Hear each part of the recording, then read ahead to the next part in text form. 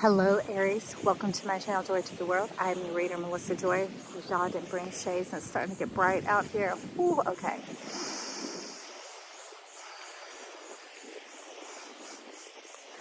And, as soon as I press play, it's like the sun just turned up its volume. And it was interesting because I'm starting with these moon cards and I was starting to shuffle them, but for some reason they were this way. And I start to move and they're like, pick that one. I'm like, what? And it's like, we want to pick ours. I'm like, you can, that's fine. I couldn't even see but a sliver of the corner like that. And you're like, we want that one. So it's like you want the full moon. I know it's not full moon on there. You like that light, the delight. You want to come out because you want to see. So come out of the dark, my friend. There's your Taurus.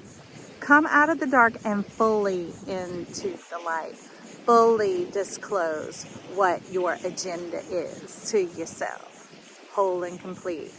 It doesn't have to, you don't always have to cut the sandwich up the middle. All right? We want you to have a whole sandwich, whole brain, whole life experience. It says, hold your vision.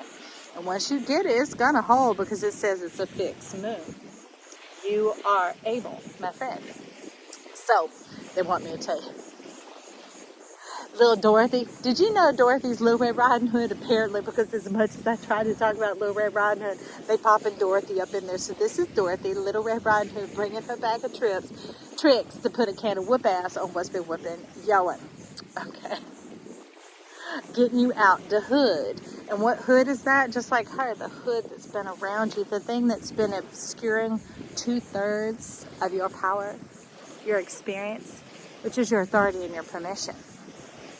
Because, see, they were talking about obscuring all but 65%, and we can see a 180. Put your hands out here to the side of your head. You can see that. That's your peripheral vision, right? So that leaves 125. So 2/3 of you, your power and your authority, okay, your permission and your authority were obscured from you. You didn't know you had all this. Like that choice, I'm like, yeah, choose it. Go right ahead. That doesn't mean you're taking over life, because life is that third, that 65% we've been seeing and trying to navigate it, because we fell into this world, we bumped our heads, we were raised by parents, people told us what to eat, when to eat, and what our cries meant and all that. It was a conditioning, a preconditioning, because we didn't realize, like doctors, when you go, they say, well, you're subject to this precondition because it's in your family. Out history. Got ants crawling in my swimsuit. What is that? That is not fun. Ants do not belong at the beach, y'all. That's all I got to say. Get them out of here, dragonfly spirit. So anyways, you do have that authority and the permission for life to begin to love on you. Because if your permission and authority, they're yours, right? That you can choose how to speak to you, how to engage with you. You don't have to make yourself. You don't have to keep hidden agendas from groups when you want to cook stuff up there. Always be open and honest with yourself, all right? That's going to be refreshing and a liberation for you, Aries. I love it. And those who are showing up because the North Node is now in Aries. Chiron is in Aries. Chiron was identified when it was in Aries, all right? Giving us that pure, perfect view. So let's get an Angelarian card on that. You're like right off the top. Okay, I see another one hanging behind this, so I'm going to go ahead and bring you up with it as well. So the one you're pushing up is Chakma. I'm just going to say it the English way, Chakma, the right eye of wisdom. And we don't just want to have that one piece of you, right? That's why Dorothy, Miss Red Riding Hood, is coming up with her can of whoop ass. All this growth and development that's been going on. Knowing what to do with yourself. And all that you are and all that you are becoming. Well, are and are becoming comes together in the who, the I am. So how do you talk about yourself? How do you believe about yourself? And maybe that's why they're talking about being honest about any hidden agendas of like, well, I'm going to invite this and this, and we're going to do this and this, and because I want such and such. Do you see what I'm saying? Just be open and be like, hey, friends, I was wanting to such and such and so would y'all like to come along? It's almost like the difference between Spanish and English. Like one, the pronoun or the noun and the verb, they change positions, right? So just put it in the up in the front, all right? And see what happens. Now, say the phone's coming on, the angel of the new life. That's like you getting that coordination of whole brain living. the eyes being able to see everything, it's going to expand your world rapidly. It might be a tiny bit of discombobulation for a minute. Get comfortable with this new way of thinking.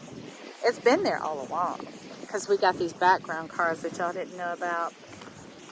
Gabriel, the abundance and the essence, speaking your truth. And it doesn't always have to come out with your mouth. It has to be honest within yourself and acknowledge it as part of the whole picture. That's going to transform things, okay, friends? And the angel of essence over here. It's going to remove any price to be paid. All right? There'll be no taxation in there. No lag. I see you. You got the World card coming in. Pretty interesting. You might want to watch Aquarius if that resonates with you. We are the whole zodiac, everybody. And we're also in what people call the age of Aquarius, which is really plasma. It's where Pluto's about to go. We're going into this whole world where if you can dream it, you can do it. And that's why they're wanting you to be wholly, completely honest with yourself. Aries. Okay. They said leave that World card down there, Joy. I'm like, ooh, and put on your dancing shoes. And if you got gold ones, that's even better. What we got here? Wheel of Fortune. Wheel? No. Because that Wheel of Fortune is actually a Dharma wheel. It's being able to live everything you dream and desire. Because not your wants, not your needs. That's reality. And we want to get into our truth, our dreams and our desires, and they will create our reality. It's that little bit of bumpy transition time where we go to overwrite our reality and all the evidence and proof sitting around us and all the things trying to tell us up in our mind and our heads, suggestions that we took in long ago and are still sitting there running around. No, we're like, I'm going to expose it all. I'm going to be completely honest with myself, right? I'm going to look at what's going on here because the wheel is you, and it's all these wheels going on. It's like, big wheel, keep on turning. Tina did. You know what she said? I saw a little short of her, and she said, I know I'm attractive, and I know how to use it. And she went on to speak on that a little bit, and she said, no, let me correct what you might be thinking. I didn't say I was good looking or beautiful or pretty or anything like that. She said, I know I'm attractive. Because what attractiveness actually is knowing who you are and living in that in your whole being. Now, when there's that little bit of secret or that little bit of tucked under or that under the table type energy, that's not whole. That's concealed. And what we conceal from others, we also conceal from ourselves. But since it's concealed and it's inward, it's like a splinter. It's a thing that can keep you irritated and provoked, and why you can often be impulsive instead of instinctive. Because the impulse was originally created to be the spark of action that was created by the instinct. Like when animals can feel, I mean, that's the soft part of the hoof, right? So say there are these horses out in Tornado Alley, they can feel what's coming before it ever gets there. That way they have the ability to respond and to get themselves stationed in position in something that's going to be a benefit and serve them, okay? So that's what your instinct is in your gut, is to navigate and to guide you. So then the impulse comes from there, not from that splinter. Because when it comes from the splinter, it's going to beget another splinter. It's what it comes from. That's why they want to get us into our golden self, so we live our goldenest world and our goldenest life, to get into our happiness so that we live our happiness. We are our happiness. But look at all that going on in here, right? But there's a little bit of old planetary action. There's some old before you ever got here and karma type stuff, and that's what we're clearing it out.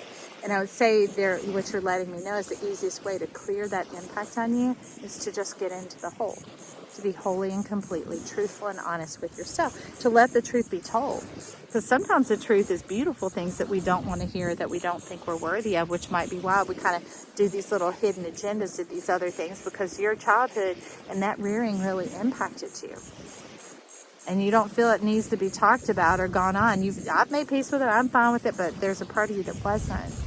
Because there was that bit of a bend and that coming from that place. Thus, if you're highly impulsive, you know this is speaking to you. Look at that crown. Look at what's going on there. What is going on? Ooh, spirals of life all over the place. But somehow you didn't know they were all connected. It was like being able to know, because the thing about her being attractive is she knew herself and how to utilize it, instead of thinking, well, I know how to manipulate this other person. I know what theirs is and know how to speak to that. They're saying, no, no, no, it's time to speak to you. So you might want to check out Pisces, because there was really about more than just being trapped in the knowing of everyone else, but getting into your own truth, your own knowledge, and how that becomes a point of liberation for you. And liberation is absolute and instantaneous. You're like, okay, Joy, you got me now. You got me a little bit. Let's take a closer look at that. And I'm like, well, what's behind it was this old wound. Because that's what she's here, the hood, to deliver us from, and being that we were obscured in that 125% because of our parents or lack of parents, or parents fight, or parents divorce, or maybe you grew up with your grandparents and everybody else had parents, so they would show up with you and they looked older than everybody else's. People are like, who is that? And you're like, my grandparents. Are like, you live with your grandparents? Do you see what I'm saying? There's some sort of stigma, that's a splinter that occurred with all that kind of bothers you.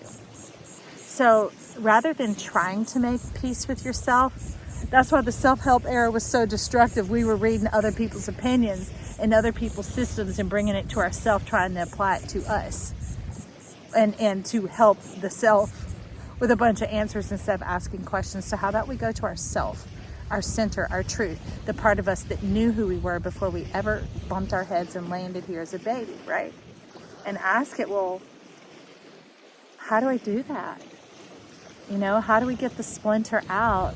You know, what do I do with that feeling? I didn't think it was bothering me. How do we come forward with this? And when you ask, that's the thing about your dynamic, juicy, delicious self and being omnipotent, omnipresent, omnipotent, all-seeing, all-knowing, all-powerful. It will show up everywhere in your life. That's the thing, is we're an organic, dynamic being. We're not some flat little map. We're like that globe, right? And it's not like we were taught in school that complete this and then you go to that. That's why we ask ourselves. Ourself is universal. It knows how to love us and to apply that in all the places, because you didn't know how it universally impacted you because it came from preconditioning, from the moment you landed here, right? And you just didn't know. So it will begin to show up, and before you know it, you'll be experiencing life differently. And you'll think, okay, and those are just little things. How does this make the big difference in the whole? Because I still am not seeing everything I want or experiencing life the way I want completely or whatever else. But just keep asking. Just keep asking. Let it lead to another question and another question. And the thing with our questions is they're like emails. You ask them of yourself, and then you don't just sit there and tap and watch the pot and file your nails and be like, excuse me, are you talking to me? Will you give me the answer? I'm ready to know now. And it's like, no, you just ask it, you submit it, you let it, whoop, and it gets sent off where? Out into the air, just like this. But knowing you're sending it to the self, the part of you that is all-seeing, all-knowing, all-powerful. So it goes out, and then it comes back in, and it returns, which means it's made a full cycle all the way through, right? Just like you.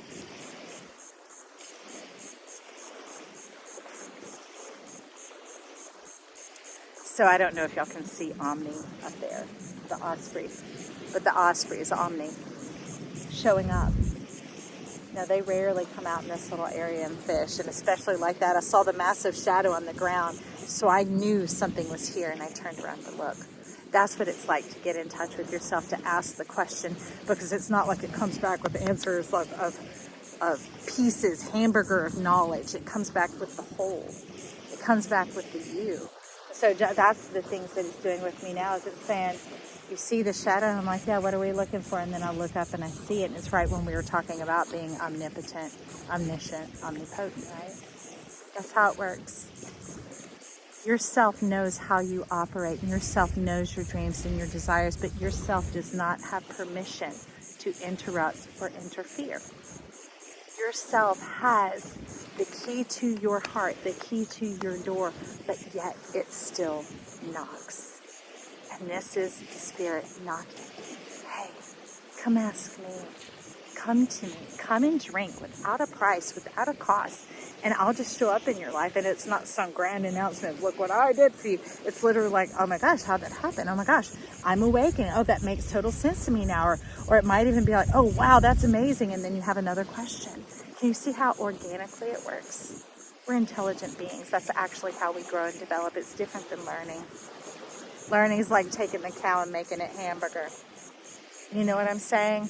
And they give you hamburger and they say, now you need to give me a cow. And you're like, so you start trying to manifest and sow the hamburger into the ground, expecting hamburger trees or cow trees to pop up. And you're like, I don't know how this works.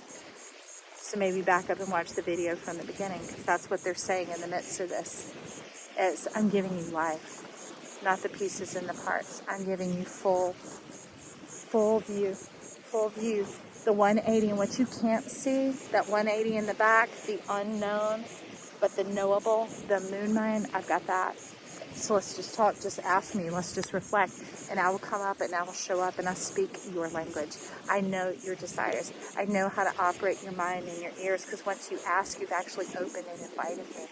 You've invited my help. You've invited my support. You've invited my participation. Not my domination and control, just my participation. And some of us didn't know this, or maybe, there's your dream coming. Right before your very eyes, my friend.